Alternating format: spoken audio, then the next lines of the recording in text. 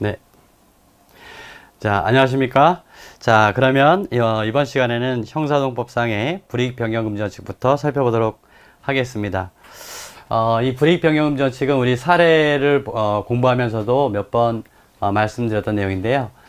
개념은 피고인이 항소 또는 상고한 사건과 피고인을 위하여 항소 또는 상고한 사건에 대해서 원심 판결보다 중한 형을 선고하지 못한다는 원칙이다.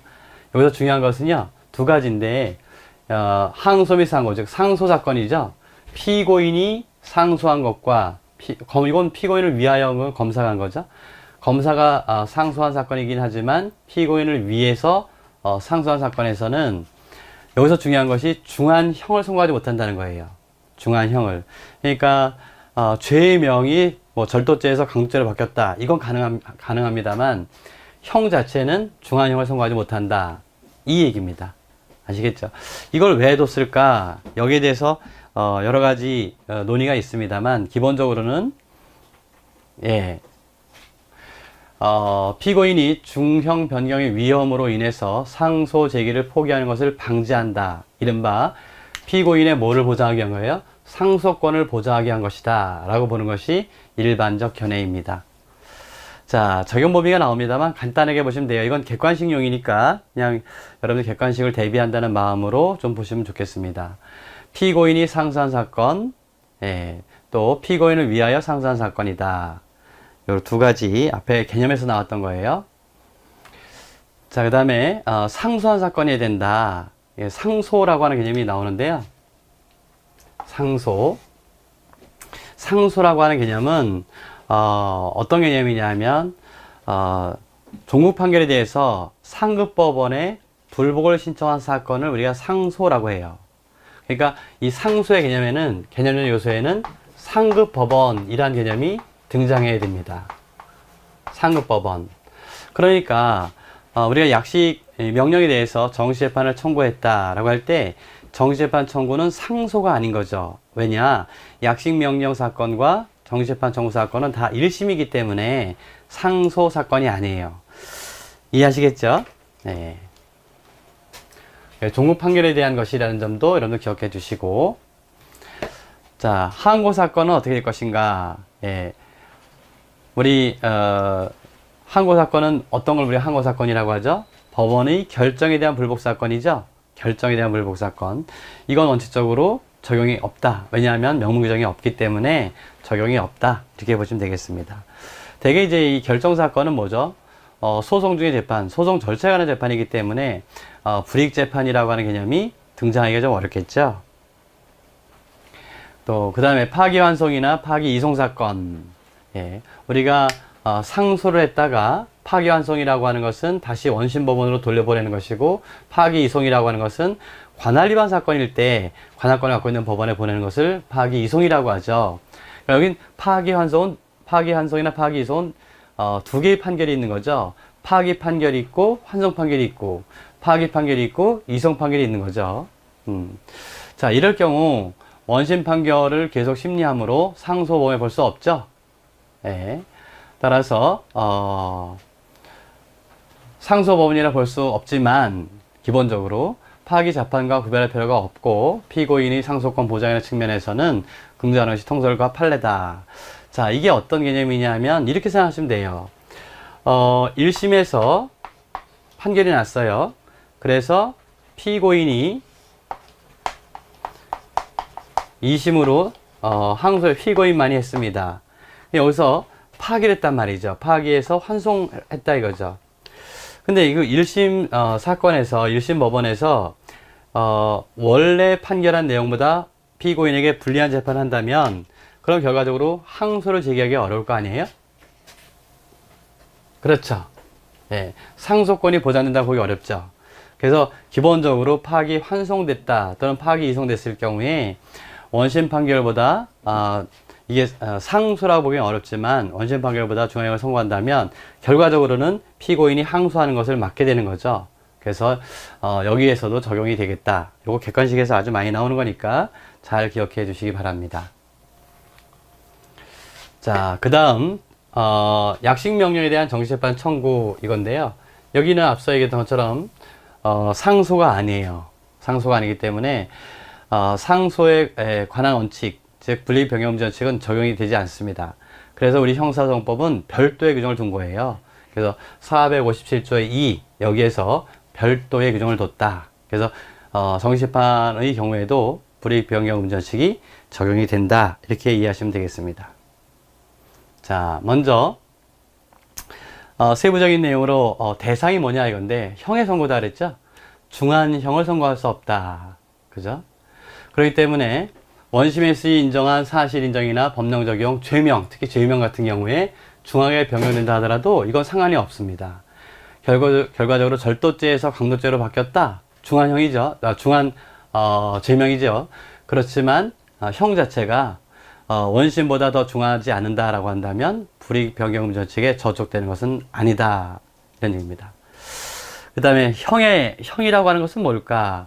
우리 형법에 보게 되면 형의 종류가 나와 있죠? 예. 근데 여기에는 제한되지 않는다는 거죠.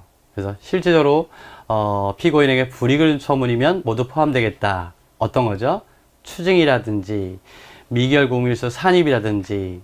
그러니까 여기선 결과적으로 보게 되면 실질적으로 불이익을 주는 것은 다 포함된다는 거죠. 네, 기억해 주셔야 됩니다. 사형, 무기징역, 유기징역, 무기금고, 유기금고, 벌금, 구류, 과료, 몰수가 41조에 나와 있는 형의 종류 9가지가 되는데 거기에 보게 되면 미결구금일수 산입 있어요, 없어요? 없죠? 노역장유치 없죠? 이런 것도 불이익변경금지에서는 불이익이냐 아니냐일 때는 고려를 한다 이런 얘기입니다. 자, 그 다음에 보완처분에도 원칙적으로 적용이 있다는 거죠. 그렇지만 치료감호는 적용이 없다. 치료감호는 기본적으로 형이라고 보기 어렵기 때문에 그런 거죠. 치료를 위한 것이니까. 그렇다면 이제 판단 기준이 문제겠는데 학설상 논의는 있습니다. 형식설, 실질설의 논의가 있는데 우리 판례는 실질설의 입장이죠. 즉 원심 판결과 상수심 판결의 주문으로 전체적 종합적으로 고찰해서 실질적으로 피고인에게 불리해졌는가 불리해지지 않았는가 이걸 가지고 판단한다 이런 얘기예요. 자, 그러면 개별적으로 검토해 본다면 이게 이제 객관식에서는 많이 나오는 건데요. 형의 추가와 종류의 변경이다. 상수한 경우에 동종의 형을 선고하면서 형량을 증가시켰다면 이건 안 되겠죠. 또 별도의 형을 추가했다면 당연히 불이익 변경금지원칙에 저촉되는 거죠. 또 형의 종류를 변경하면서 중한형으로 변경하거나 형의 종류는 가볍다 하더라도 그 양이 많아졌다면 불이익 변경에 해당될 수가 있다 이런 얘기입니다. 실질적으로 종합적으로 검토한다 이런 얘기입니다. 그 다음에 집행유예 선고유예인데 징역형이나 금고형을 줄이면서 집행유예를 박탈했다. 어찌 보게 되면 요것만 따져보게 되면 형이 줄었으니까 이건 불이익 변경이 아니겠구나. 그런데 집행유예가 선고됐던 건데 그걸 박탈했다는 말이죠. 그렇게 본다면 이건 뭐로 봐야 되겠어요? 실형을 살아야 되는 거니까 불이익 변경에 해당된다 이런 얘기입니다. 이유가 좀 나와 있는 거고요. 징역형을 늘리고 집행유예를 붙인 경우에도 불이익 변경이 된다. 반대로요. 원래는 집행유예가 없던 건데 징역형을 늘렸다 말이죠. 그죠? 징역형을 늘렸다. 그러면 집행유예가 붙었다 하더라도 불이익 변경이 된다는 거죠. 왜냐? 집행유예가 실효되거나 취소될 수가 있죠. 그걸 염두에 둬야 된다 이런 얘기입니다. 이것도 잘 기억해 주시기 바랍니다. 그 다음에 몰수 추징과 미결구금일수 산입인데요. 원심의 징역형을 그대로 두고 새로이 몰수나 추징을 추가하거나 추구가 아니라 추가가 되겠죠. 원심보다 무거운 추징을 하는 것은 당연히 불이익 변경이 됩니다. 또 자유형의 형기를 단축하고 원판결에서 선고되지 않은 압수, 작물, 환부 선고를 한 경우에 압수물의 환부는 형의 종류가 아니기 때문에 불이익 변경이 아니다. 압수물의 환부 아시죠? 환부. 압수물을 돌려주라 하려고 하는 것은 이거는 형이라고 보기 어려우니까 이거는 불이익이 아니다 라는 얘기입니다. 또 미결구금일수 산입인데요. 미결구금일수를 본형에 산입해 시켜주는데 그 산입을 박탈하거나 감소하게 되면 불이익 변경이 된다. 다만 본형이 적게 변경되거나 본형의 집행을 유예한 때는 불이익 변경이 되지 않는다. 본형 자체를 적게 또는 집행 유예를 했다면 그때는 불이익 변경이 되지 않는다. 이런 얘기가 되겠습니다. 요건 이제 실제적으로 봤을 때 그런 생각을 하겠죠. 미기업 구금에서 산입에서 본형 자체가 줄어들었으니까요. 그죠? 예, 그 실제로 따져서 불이익 변경이 아닐 수도 있다. 이렇게 보시면 됩니다. 자, 이런 내용이 되겠고요. 그 다음 이건 똑같은 내용이니까 이건 여러분들이 한 번 더 봐두시면 되겠습니다.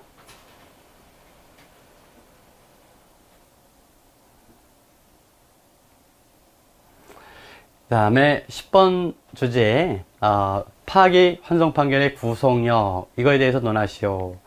이건 어떤 내용이냐면 이런 내용입니다. 1심에서 판결이 났는데요. 여기엔 당연히 주문과 이유가 있을 거 아니에요. 우리가 상소한다는 것은 요 주문은 결론이고요. 요 이유 부분에서 보게 되면 사실의 판단과 관련 법률에 적용이 있는 거죠. 그래서 사실의 판단에 대해서 불복을 하거나 아니면 법령의 적용에 불만이 있을 때 항소 또는 상고를 하게 되는 거죠. 다만 우리가 2심 판결까지는 사실심의라고 하는 이유가 어디에 있느냐 하면 바로 2심에서 심리의 범위, 즉 사실 인정을 반려할 수 있다. 이게 2심 판결, 2심까지가 사실심이 되는 거예요. 반면에 상고 이유는 상고심 자체가 법률심의이기 때문에 원칙적으로 원심 판결이 내린 사실 인정의 불복은 상고 이유가 되지 않는 것입니다. 그 점 이해하시겠죠?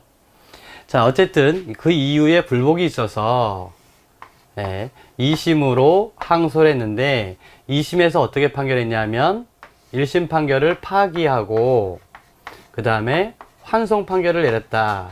그러면 다시 어떻게 된다는 얘기죠? 1심으로 돌아오는 거죠. 그런데 파기한 거는 뭐냐면 1심 판결을 없앤 거예요. 파기한 거는. 그럼 1심에서 파기한 이유, 2심에서 파기한 이유가 있을 거 아닙니까? 예를 들어서 요 이유 부분에, 그죠? 이유 부분에 사실 인정을 잘못했다. 그러니까 이 2심 판결에서 1심 부분에 어떤 잘못, 이걸 우리가 소극적, 부정적 판단이라고 하는데, 부정적 판단을 하는데, 요 판단한 것에 1심 법원이 따라야 된다, 이런 얘기예요. 2심 법원에서 그것은 잘못이었어 라고 했는데도 불구하고 아니야, 나는 다시 내 생각에 이게 잘못된 것이 아니야 라고 2심 법원에서 1심 법원에서 환송받은 법원에서 다시 동일한 판단을 하게 되면 계속 뭐죠? 항소했다 도로내렸다 항소했다 도로내렸다 이렇게 하겠죠. 그럼 이건 상소 제도 자체가 의미가 없는 거예요. 그래서 이렇게 했을 때 이러한 소극적 부정적 판단에 원심 법원이 구속되는 효력, 이걸 우리가 파기 환송 판결의 구속력이라고 합니다. 이해하시겠죠? 예. 그래서 이제 다시 여기서 이제 심리란 다음에 판결을 내리겠죠. 그럼 여기서 불복을 했을 때 그럼 2심 법원이 이렇게 처음에 자기가 부정적인 판단한 것을 그건 내가 지난번에 잘못 판단했어 라고 해서 이 부정적인 판단에 대해서 2심 법원이 구속되지 않을까. 그렇지 않고 이 2심 법원도 구속이 돼야 되겠죠. 왜냐면 말이 바뀌는 거니까. 만약에 여기에 구속되지 않는다라고 한다면 기껏 2심 법원의 판단에 따라서 판단해 줬더니 그것도 잘못이라고 하는 거죠. 그러면 역시 또 돌고 할 거란 말이에요. 근데 도대체 내가 어떻게 판결하느냐 이런 문제 나오겠죠. 자, 그리고 이제 여기까지 상고를 했다라고 한다면 그러면 상급 법원에서는 이 부정적 판단에 구속이 되느냐? 그건 아니겠어요. 그래서 기본적으로는 원심 판결과 그 다음에 파기 판결한 법원, 여기에 대한 구속력을 우리가 파기 환송 판결의 구속력이라고 한다. 이런 얘기입니다. 상소심에서 원 판결을 파기하여 환송하는 경우에 상급심의 판단이 환송받은 하급심을 구속하는 효력, 이걸 우리가 환송 판결의 구속력이라고 한다. 왜 인정한다고요? 신급제도의 실효성을 보장하기 위한 것이다. 이렇게 보시면 되겠고, 법적 성격이 뭐냐 이런 논의가 있습니다만 뭐 이거 참고만 해보셔도 되겠어요. 그 다음에 구속력의 범위인데 구속력을 발생시키는 재판은 상소심, 즉 상고법원과 항소법원의 파기 재판이다. 즉 요게 파기 판결이고 환송 판결인데 여기에 구속되는 거란 말이죠. 구속력에 미치는 범위는 첫째, 당해 사건의 하급심, 당연히 구속력에 미치는 거죠. 여기 하급심이니까 구속력에 미치는 거고. 그다음에 두 번째, 파기한 상급법원. 이 2심 법원 자체가 구속이 됩니다. 그죠? 그래서 우리 판례도 마찬가지예요.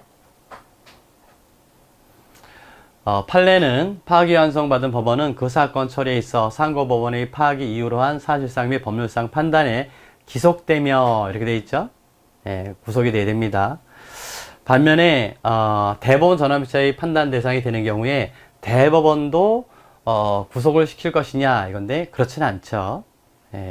그렇지 않기 때문에 그에 기속되지 아니하고 상급법원은 그러니까 구속되는 것이 아니다 이런 얘기입니다. 통상적인 법령의 해석 적용에 관한 의견의 변경 절차에 따라서 얼마든지 변경할 수가 있다 이런 얘기입니다. 그러니까 대법원 자체가 어떤 판결을 내렸을 때 그 판결 내린 것을 대법원 스스로 구속되지도 않아요. 아시겠죠? 그래서 전원합의체가 종전의 환송 판결의 법률상 판단을 변경할 필요가 있다면 그때는 기속되지 않고 변경할 수가 있다 이런 얘기입니다. 그래서 대법원은 여러분 잘 아시겠지만 부와 전원합의체가 있지 않습니까? 그래서 부에서 내린 판단이 있다 또는 전원합의체에서 내린 판단이 있다라고 했을 때 그 판단을 변경하고 싶다면 이건 전원합의체로 넘어가야 되는 거죠. 관할 자체가. 자, 구성에 미치는 범위는 어디까지일까? 상급법원이 내린 법률과 사실 판단 모두 기속한다는 것이고, 이때 이제 소극적 판단, 앞서 얘기했던 제가 부정적 판단이라고 했는데, 소극적 부정적 판단에 기성적이 미치는 것은 당연합니다. 다만 적극적 판단, 그건 잘했다라고 하는 거, 여기에도 구성적이 미칠 것인가 이건데요. 이 점에 대해서는 인정하지 않습니다. 그 점은.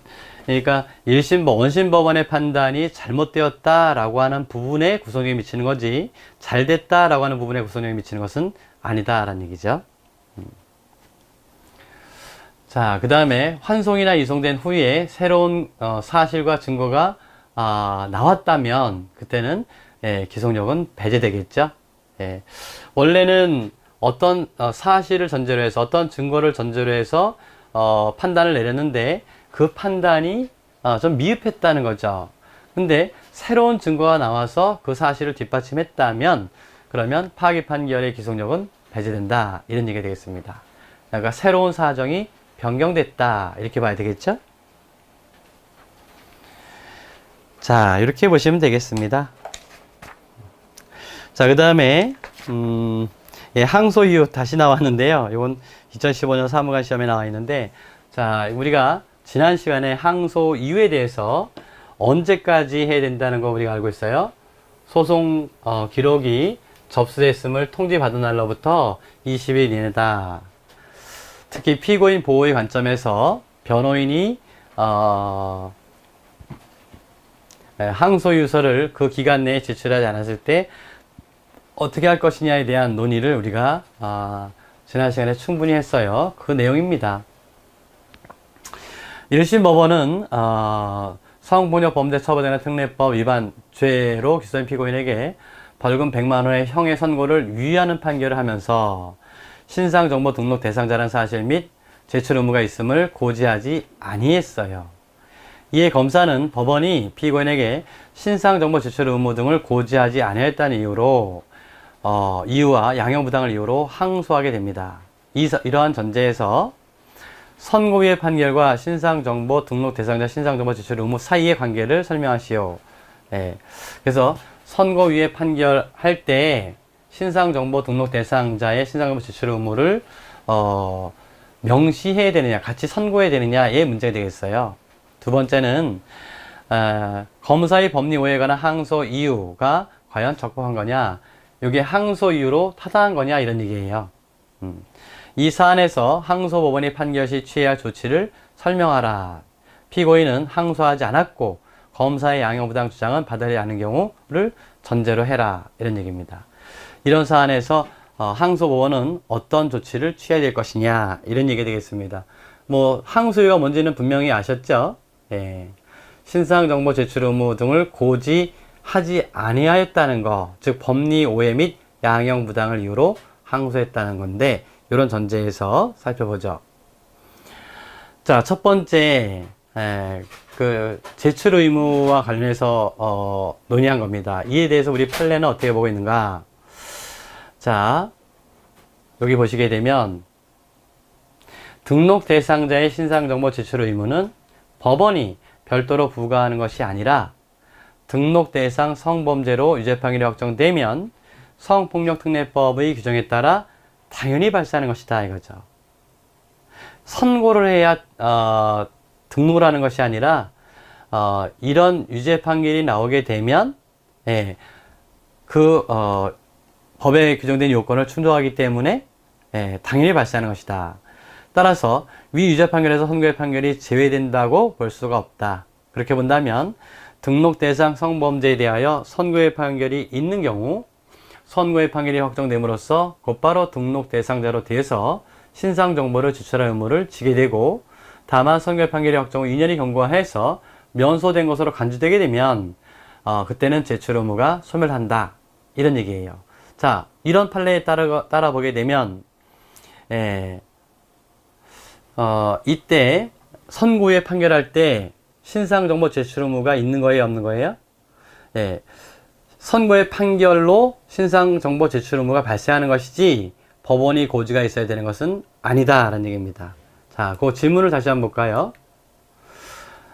선고의 판결과 신상정보 등록 대상자 신상정보 제출 의무 사이의 관계는 뭐냐? 결국 선고의 판결이 확정되면 신상정보 제출 의무가 당연히 발생한다. 따라서 법원에 이른바 제출 의무를 선고할 이유가 없다. 이런 얘기가 되겠어요.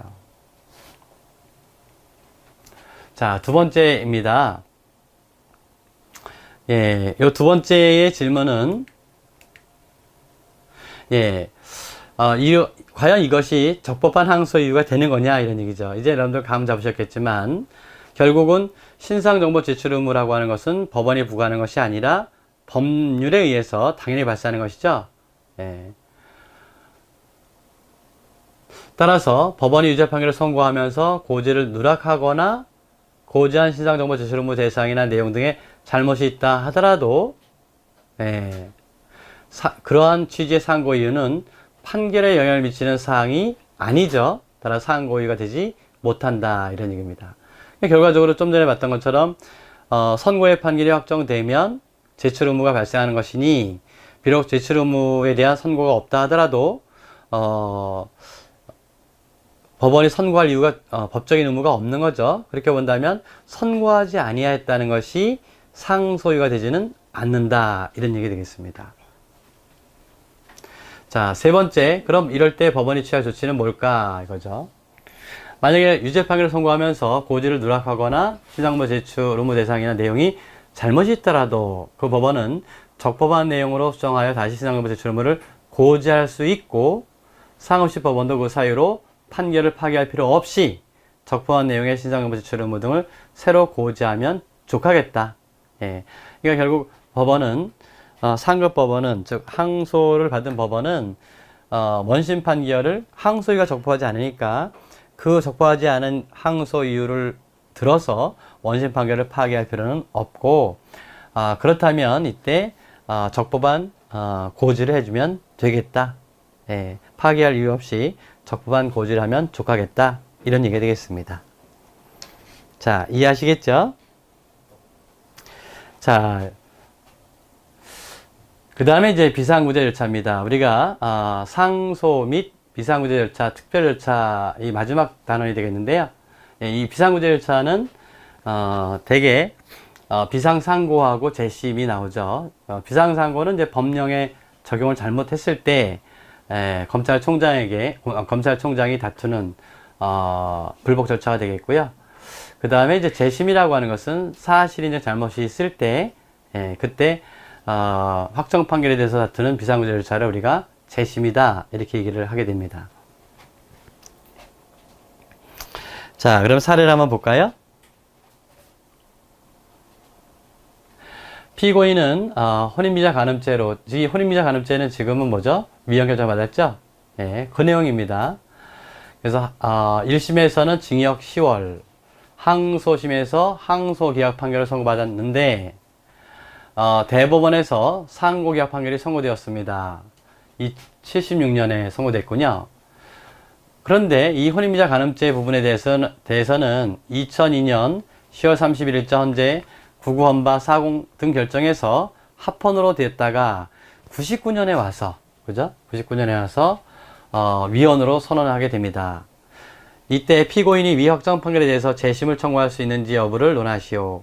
요거는 이제 우리 그 헌법재판소법에 나와 있는 건데요. 헌법재판소법을 잠깐 제가 말씀드리면 이런 내용입니다. 결과적으로 보게 되면 이런 사건이거든요. 형법 요게 304조잖아요. 304조가 유지되고 오다가 여기서 피고인을 갑이라고 한번 예를 들어 볼게요. 갑에 대해서 기소됐는데 이 갑에 대해서 유죄 판결이 났다 이거죠. 유죄 판결이 확정되었다 이겁니다. 예. 유죄 판결이 확정됐기 때문에 여기에 대한 통상의 불복 절차는 없어요. 예. 그런데 말입니다. 그런데 나중에, 그죠? 나중에 헌법재판소에서 요 304조에 대해서 어떻게 했느냐면 위헌 결정을 내린 거죠. 이 위헌 결정 내리게 되면 이 위헌 결정의 효력은 원칙적으로 장래무효를 만듭니다. 그런데요, 형법 규정에 대해서는, 처벌 규정에 대해서는 소급무효를 인정해줘요. 형벌 규정에 대해서는 소급무효를 인정해 줍니다. 그랬다가 우리 헌법재판소법이 개정이 돼서 요 사이에, 그죠? 요 사이에 언젠가 여기도 보게 되면은 여기서 헌재가 합헌 결정을 내린 적이 있었잖아요. 이 합헌 결정을 내렸음에도 불구하고 소급해서 무효가 된다면 그러면 이 합헌 결정이라는 거는 또 의미가 없잖아요. 그래서 지금은 헌법재판소법이 어떻게 바뀌었냐면은 여기까지 합헌 결정 내릴 때까지 이 시점까지 소급해서 이 이후로 무효가 되는 것으로 이렇게 바꿔놨어요. 지금이 이제 이런 태도입니다. 여러분들 양심적 병역 거부 아시죠? 네, 병역법 사건인데 그 사건에 대해서 우리 헌법재판소가 결국 헌법 불합치 결정 내리지 않았습니까? 예. 그러면서 그 시점을 2019년까지 유효로 뒀죠. 즉 대체복무제도를 마련해 놔야 된다 이런 얘기예요. 대체복무제도를 마련해 놓지 않았기 때문에 현재는 위헌이다 이렇게 보고 있는 겁니다. 그렇지만은 이것을 곧바로 단순 위헌 결정하게 되면은 법적 공백이 발생할 우려가 있기 때문에 한시적으로 원래는 이렇게 효력이 소멸하는 건데 그런 것이 아니라 헌법 불합치 결정이라고 하는 것은 일정한 시점까지 그 효력을 유지시켜 주는 거예요. 당의 법률 효력을 유지시키는 그런 내용의 헌법 위헌 결정이 바로 헌법 불합치 결정이라는 것입니다. 자, 그러면 헌법 불합치 결정을 내렸을 때 그러면 과거에 말이죠. 이 병역법 위반으로 인해서 유죄 판결을 받은 사람들은 어떻게 할 거냐 이런 문제가 나오지 않겠어요? 이 문제도 똑같은 겁니다. 그래서 이미 유죄 판결이 확정된 사람, 형 집행이 끝난 사람들은 어떻게 할 거냐 이건데 이런 분들은 재심을 청구할 수 있도록 우리 헌법재판소법이 규정해 놓고 있는 것입니다.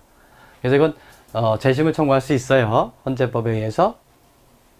제1심이 증거조사를 거쳐 행한 증인 진술의 신빙성 판단을 항소심이 판단해서 유죄 혹은 무죄 결론을 바꿀 경우 그것이 타당하겠느냐 이런 얘기입니다.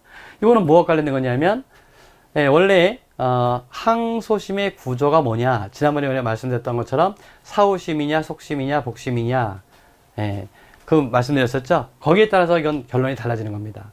근데 우리 형사소송의 구조는 뭐냐면 속심을 원칙으로 하면서 사후심리적 요소를 가미하고 있는 거거든요. 이건 소송 경계 때문에. 속심이라고 하는 것은 뭐예요?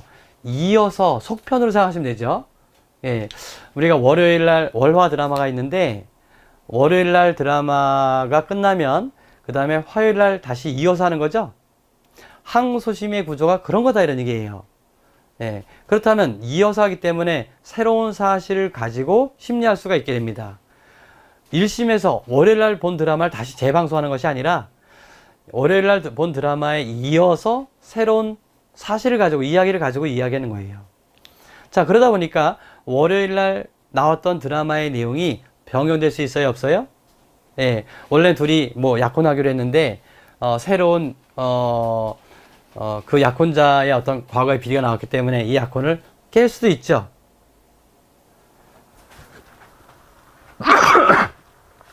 아, 죄송합니다. 그렇죠. 예, 바로 그런 얘기입니다.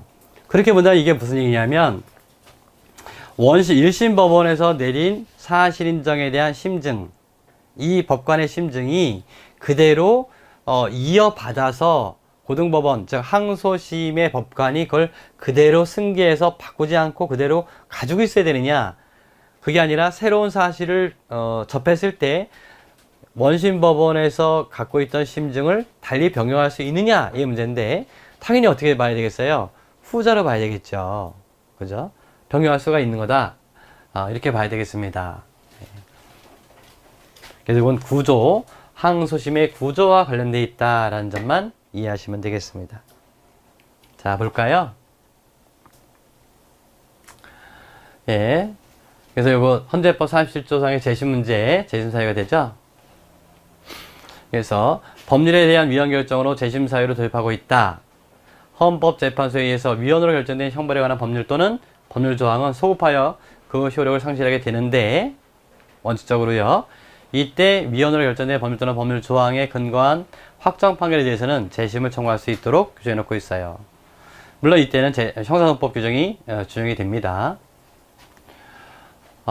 위헌 결정의 소급표 범위를 달리 정할 필요성이 인정되는 경우, 예, 이건 뭐 여러분들 좀 전에 제가 말씀드렸던 것처럼 법적 안정성이라든지 신뢰보호 차원에서 이른바 헌법 불합치 결정을 통해서 달리 정할 수가 있습니다. 예. 그래서 실제로는 일반법은 장래무효가 원칙이고 형벌법규는 소급무효가 원칙이에요. 근데 그것을 제한해 놓은 거죠. 네. 그래서 헌재법 40조 2항이 이 형벌조항에 대한 위헌결정과 비형벌조항에 대한 위헌결정의 소급표를 명문으로 달리 규정한 것도 그 때문이다. 이런 입법적 결정에도 불구하고 효력이 다양할 수밖에 없는 위헌결정의 특성 때문에 예외적으로 부분적인 소급표의 인정 또는 소급표의 제한 가능성을 부정할 수는 없다. 따라서 당사의 소급적 권리 구제를 위한 구체적 타당성의 요청, 소급표 인정에 따른 법적 안정성 또는 신뢰보호 원칙의 침해, 국법에 의해 형성된 법적 질서 혹은 기득권과의 위헌결정에 따른 새로운 법 질서의 조화, 이런 것들을 종합적으로 고려해서 맹목적인 소급표 인정이나 부인이 오히려 정의와 형평 등 헌법적 이념에 심히 배치될 때는 법문의 규정에도 불구하고 소급표 범위를 달리 정할 필요성은 인정된다. 예. 자, 동일한 형벌 조항에 대해서 헌재가 합헌 결정을 하였으나 이후에 위헌 결정을 내렸을 경우 이 위헌 결정 소급표의 범위를 제한하는 것이 허용되겠느냐, 이런 얘기입니다. 이건 이제 입법적으로 지금 해결된 거예요. 그래서 보시면, 예. 여기 입법적으로 해결할 수밖에 없다라고 했는데, 예, 지금은 이렇게 합헌 결정을 내린 시점까지 소급하도록 바꿔놨다, 이렇게 보시면 되겠습니다. 결론적으로 피고인은 헌재법 41조에 의거 재심 청구를 할 수 있고 이후 재심 절차는 형사소송법상의 절차에 의하게 된다, 이렇게 보시면 되겠습니다. 그 다음에 두 번째, 신빙성 판단을 달리할 수 있겠느냐, 이건데요. 항소심의 구조와 관련되어 있다. 요 사후심이라고 하는 것은 항소심을 사후심으로 본다는 얘기는 1심 재판의 당부만, 1심 판단의 당부만 심사하는 거예요. 예. 이거는요.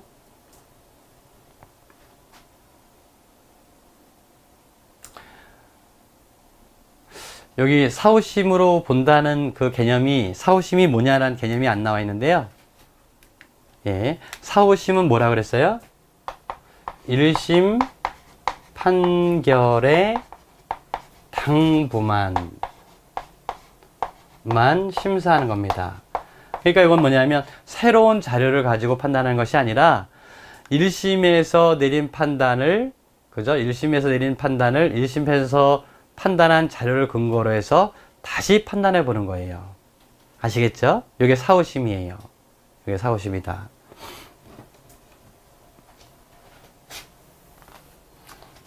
자, 그 다음에, 이거 이제 대법원은 이제 사후심이 되는 거죠. 상고법원은. 반면에 속심이라고 하는 것은 그게 아니라, 이어서, 그죠? 이어서. 즉, 1심 법원의 판결 플러스 1심 법원에 제출했던 사실 및 증거 자료 플러스 새로운 사실 및 증거 자료를 통해서 판단하는 거, 이걸 속심이라고 합니다. 그래서 1심에서 증거조사했던 것을 2심에서 다시 할 이유는 원칙적으로는 없는 거죠. 그죠? 네. 자, 그 다음에 복심이라고 하는 것도 있었다 그랬죠? 복심. 복심은 뭐냐면 또 다른 1심으로 보는 거예요. 그래서 복심은 다 다시 하는 거예요. 다 다시. 예, 다 다시.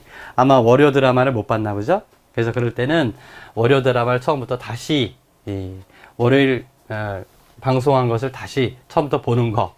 이걸 우리가 복심이라고 얘기할 수 있겠습니다. 예, 우리 판례는 당연히 앞서 얘기했던 것처럼 속심으로 원칙으로 하면서 사후심적 구조를 가미하고 있다라고 봅니다. 예. 그래서 거기 보시면 항소심은 속심의 기능이 강조되고 있고, 다만 사후심적 요소를 도입한 것은 남상소의 폐단을 억제하고 항소범의 부담을 감소시킨다는 소송 경제상의 필요성 때문에 인정한 것이다. 이렇게 보고 있어요. 자, 그렇게 본다면, 그렇죠? 그렇게 본다면 우리는 뭐로 봐야 돼요? 속심을 원칙으로 봐야 됩니다. 속심을 원칙으로 본다면 1심 법원의 심증에 원칙적으로 구속될 이유는 없는 거예요. 한마디로. 자, 이거에 대해서 본다면 결국 우리 형사법이 채택하고 있는 실질적 직접 심리주의의 정신에 비춰볼 때 제1심 증인이 한 진술의 신빙성 유무에 대한 1심의 판단이 항소심 판단과 다르다는 이유만으로 이에 대한 제1심 판단을 함부로 뒤집어서는 안 될 것이지만, 그렇지만 1심 증인이 한 진술의 신빙성 유무에 대한 1심 판단이 어떻게 됐을 때요?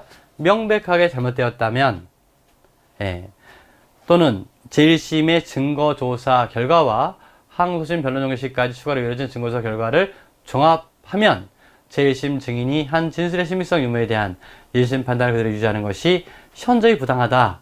이렇게 될 때는 1심 판단의 심증에 구속되지는 않는다. 이런 얘기입니다. 따라서 증인의 진술의 신빙성 판단을 항소심이 달리 판단했다고 해서, 그죠? 달리 판단해서 유죄 혹은 무죄의 결론을 바꿀 수 있는 거다. 이런 얘기가 되겠습니다. 충분히 이해하시겠죠? 네.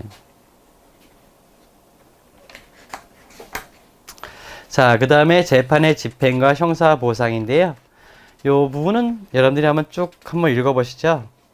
우리가 재판이 확정되면 그 확정된 재판이라 뭐라 그랬어요? 법원의 의사표시적 소송에 의하면 재판이다. 이렇게 말씀드렸죠. 그렇게 재판을 했다면 누가 이것을 집행할 것이냐, 이런 부분이 되겠습니다. 그래서 그런 내용들이 좀 나와 있는데요. 원칙적으로 즉시 집행을 해야 된다는 거, 확정되면은. 그 다음에 누가 집행하느냐 문제인데요. 이건 검사가 집행한다는 거. 예를 들어서 법원이 구속영장을 발부하게 되면, 그러면 구속영장 집행은 누가 하죠? 원칙적으로 검사가 하지 않습니까? 물론 예외적으로 법관주의가 있다는 겁니다. 이건 참고만 해보셔도 되겠어요. 집행 순서도 나오는데 이것도 참고만 해두시죠. 그래서 원칙적으로 뭐부터 하라는 거예요? 중하형을 먼저 집행한다. 이런 얘기가 되겠고요. 사형 집행은 누구의 명령에 의해서? 법무부 장관의 명령에 의해서 집행된다라는 거죠. 법무부 장관의 명령이 있어야 된다는 거. 그런데 우리는 어떻게 됐어요? 우리는 국민의 정부 이후에 사형에 대한 집행을 하고 있지 않죠. 그 다음에 자유형의 집행은 어떻게 한다고요? 교도소에 구치해서 집행하게 되고, 형기 계산도 뭐 잘 아실 겁니다. 확정된 날로부터 계산하고, 그 다음에 미결구금에서 산입한다는 거 뭐 잘 아실 거고요. 자유형의 집행정지 할 수 있죠. 예. 자격형의 집행이라고 하는 것은 예, 예컨대 자격상실에 자격정지하게 되는데 예.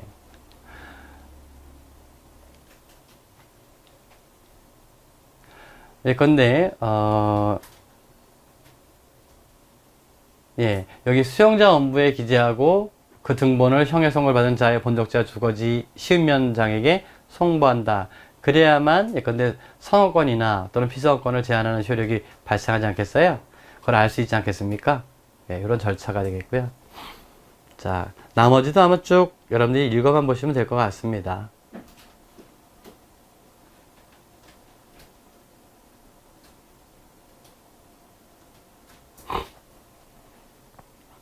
자, 그 다음에 특별 절차로서 약식명령에 대한 정식재판 청구 읽었네요. 이 부분도 우리가 약식 절차와 관련된 사례를 보면서 몇 가지 말씀을 드린 바가 있습니다.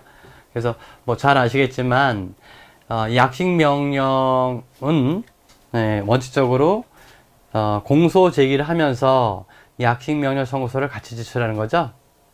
그래서 약식명령이 적당하다면 약식명령으로 넘어가는 거고, 그렇지 않다면 정식재판으로 일반의 통상의 공판 절차로 넘어가게 되는 거죠.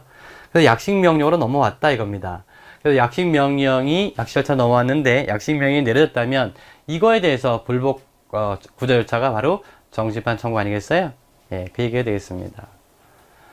그래서 지방법원 관할 사건에 대해서 검사의 청구가 있다면 공판 절차를 경유하지 않고, 자, 바로 이거죠. 검사가 제출한 자료만을 조사해서 약식명령으로 벌금, 과료, 몰수의 형을 과하는 재판이다. 벌금, 과료, 몰수의 형이에요. 왜 인정해줬을까? 이건데요. 뭐 특별한 건 아니겠죠. 가급적이면은 법원의 부담을 좀 줄이겠다.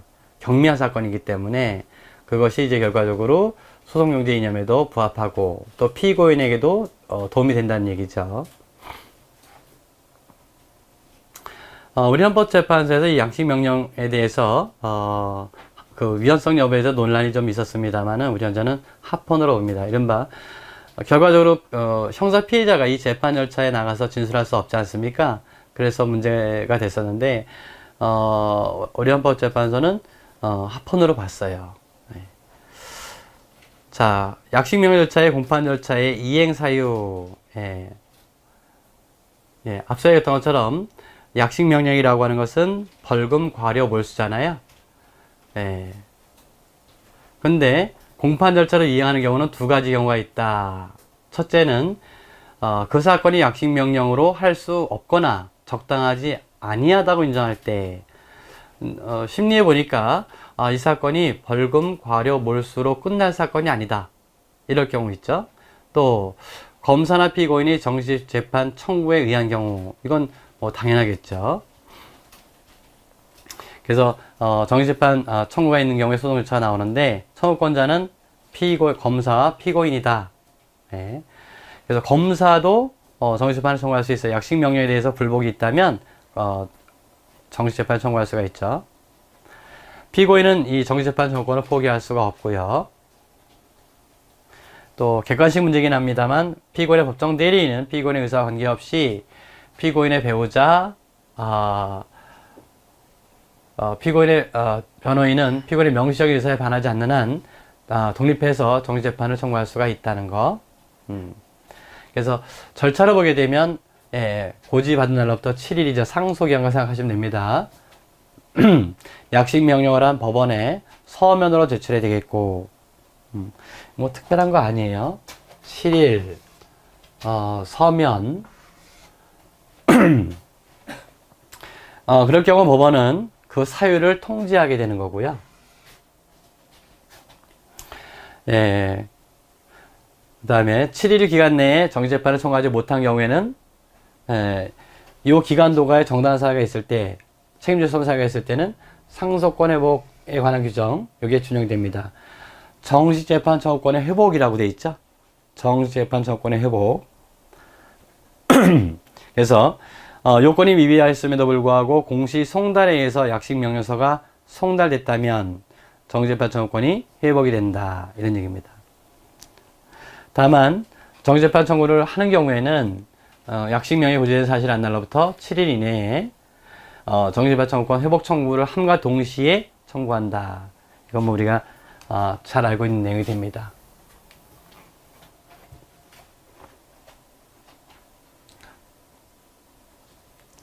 정지재판 청구가 있다면은 다시 공소장 부본을 송할 필요는 없겠고요. 또 취하도 언제까지 할 수 있어요? 1심 판결 선고가 나기 전까지는 취하할 수가 있다. 그래서 재판을 보게 되면 법령 위반 또는 청구권 소멸 후에 정지재판 청구라고 한다면 이거는 기각 결정을 하는 거죠. 기각 결정. 정지재판 청구 절차가 위법이다라는 얘기입니다. 그 다음에 적법한 정지재판 청구가 있다면은 공판 절차로 넘어가는 거죠. 이때는 약식 명령에 구속되지 않고 사실 인정, 법령 적용, 양형에 관한 판단을 자유롭게 할 수가 있다는 거죠. 그냥 통사의 공판 절차로 넘어가시면 됩니다. 다만 정식재판을 청구한 피고인이 정식 재판 절차의 공판기일에 출석하지 않았어요. 이럴 때 다시 기일을 정해서 소환하고요. 피고인이 정당 사유 없이 또 출석하지 않았어요. 그럴 때는 피고인의 진술 없이 판결할 수 있다. 변호의 지위야 또 문제가 안 되겠고요. 왜냐하면은 똑같은 1심이기 때문에 신급대리 원칙이지 않습니까? 그래서 변호의 지위를 갖게 되는 것이고, 앞서 얘기했던 것처럼 불이익변경죄에 적용되는 거죠. 그래서 약식 명령보다 더 중한 형을 피고인이 상소했을 때 말이에요. 정지재판 청구했을 때 상소는 아니지만 불이익변경죄칙을 적용해 준다. 제척사유해당되냐 여부는 뭐냐면은 약식 명령을 한 법관과 정지재판을 담당하는 법관이 같다면 이것이 제척사유가 되겠느냐 이런 얘기죠. 이거는 학설상 논의가 있습니다만 우리 판례는 원칙적으로 이렇게 판단하고 있어요. 이게 이제 제척사유화에서 보게 되면 전심 관여라고 하는 건데요. 전심 재판에 관여한 때 요게 이제 제척사유가 되는 건데, 전심이라고 하는 것은 뭐냐면은 상소가 제기된 사건이에요. 그래서 재판은 종국재판을 말합니다. 자, 그런데 약식 명령하고 정지재판 청구는 이거는 상소가 아니지 않습니까? 그러니까 전심이 될 수가 없어요. 그래서 원칙적으로는 제척 원인이 아닙니다. 제척 원인이 아니다. 다만 정지재판 여기 갑이 담당했는데요. 1심과 2심이 있는데 만약에 갑이 다시 2심을 담당한다면 이때는 요 통째 전체를 봤을 때 얘가 뭐가 되는 거죠? 항소심이 되는 거죠. 그러면 이 약식 명령은 전시재판이 되는 거죠. 요럴 때는 전시재판 관여에 해당돼서 제척사유에 해당된다 이런 얘기 되겠습니다. 약식 명령의 실효라고 하는 건데요. 당연히 정시재판을 청구하게 되면, 그래서 정시재판 청구에 대한 판결이 나게 되면 약식 명령은 효력을 상실하게 되는 거죠. 확정이 되게 되면요. 자, 이렇게만 보시면 되겠습니다. 자, 그러면 잠깐 쉬셨다가 다음 주제에 국민참여재판에서 피고인의 지위와 배심원의 지위, 뭐 이것도 간단하게만 살펴보고 넘어가도록 하겠습니다.